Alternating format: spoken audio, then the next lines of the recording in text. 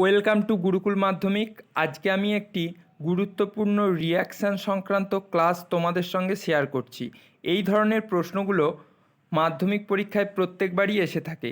এখানে কি বলেছে দেখো, বলেছে একটি বিক্রিয়া দিয়ে দিয়েছে এবং বিভিন্ন রিয়েজেন্টের সঙ্গে বিক্রিয়া করে বিভিন্ন ধরনের প্রোডাক্ট উৎপন্ন করছে। তো কি কি উৎপন্ন করছে, এখানে এ বি সি তিনটে প্রোডাক্ট দিয়ে দিয়েছে যেগুলি তোমাকে তৈরি করতে হবে। তো দেখো কি বলেছে, প্রথমেই CH3CH2OH অর্থাৎ ইথানল বা ইথাইল অ্যালকোহল, এর সঙ্গে গাঢ় H2SO4 170 থেকে 180 ডিগ্রি সেন্টিগ্রেড উষ্ণতায় বিক্রিয়া করে কি তৈরি করবে সেটা তোমাকে প্রথমে বার করতে হবে, যেটা প্রোডাক্ট এতে বলেছে। তাহলে এক্ষেত্রে যদি আমি গাঢ় H2SO4 এর সাথে রিয়াকশান ঘটাই তাহলে কি হবে, এই যে OH-টা তোমরা দেখতে পাচ্ছ, এই যে OH-টা তোমরা দেখতে পাচ্ছ, এই OH H2SO4 এর সঙ্গে রিয়াকশান করে জলটাকে আলাদা করে দেবে, অর্থাৎ এটি একটি জল অপসারক বিক্রিয়া।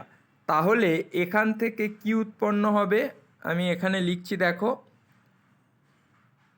CH2 ডবল বন্ড CH2, অর্থাৎ এক্ষেত্রে ইথিলিন উৎপন্ন করছে। কি উৎপন্ন করছে? ইথিলিন। তাহলে এ প্রোডাক্ট যেটা এলো সেটা কি পেলাম আমরা?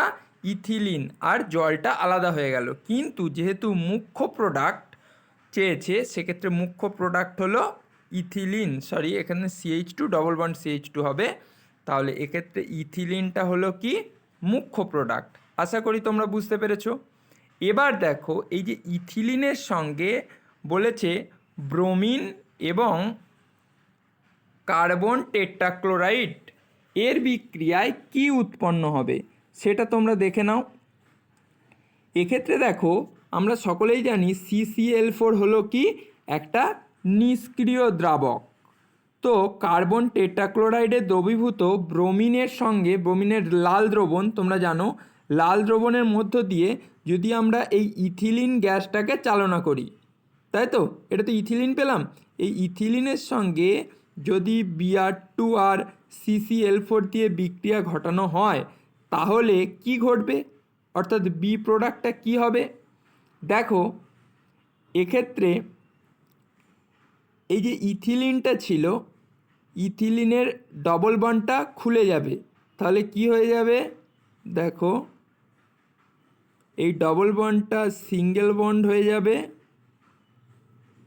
আর এই সি এর সঙ্গে একটা করে ব্রোমিন যুক্ত হয়ে যাবে, অর্থাৎ Br যুক্ত হয়ে যাবে। তাহলে বি প্রোডাক্ট আমরা কি পেলাম? বি প্রোডাক্টে পেলাম আমরা ইথিলিন ডাইব্রোমাইড। বুঝতে পারলে আশা করি।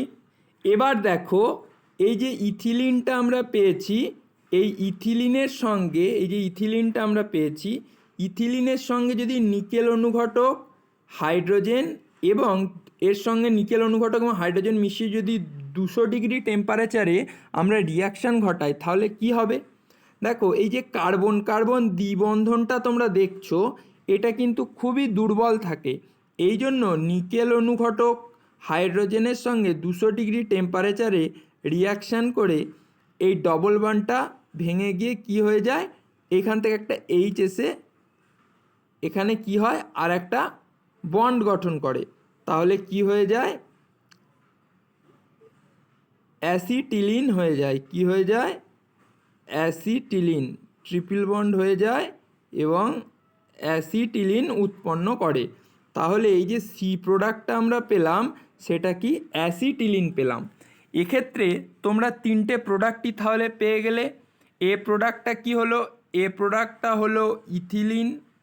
বি প্রোডাক্টটা তোমরা আগে দেখেছো, কি পেলাম আমরা? ইথিলিন ডাইব্রোমাইড।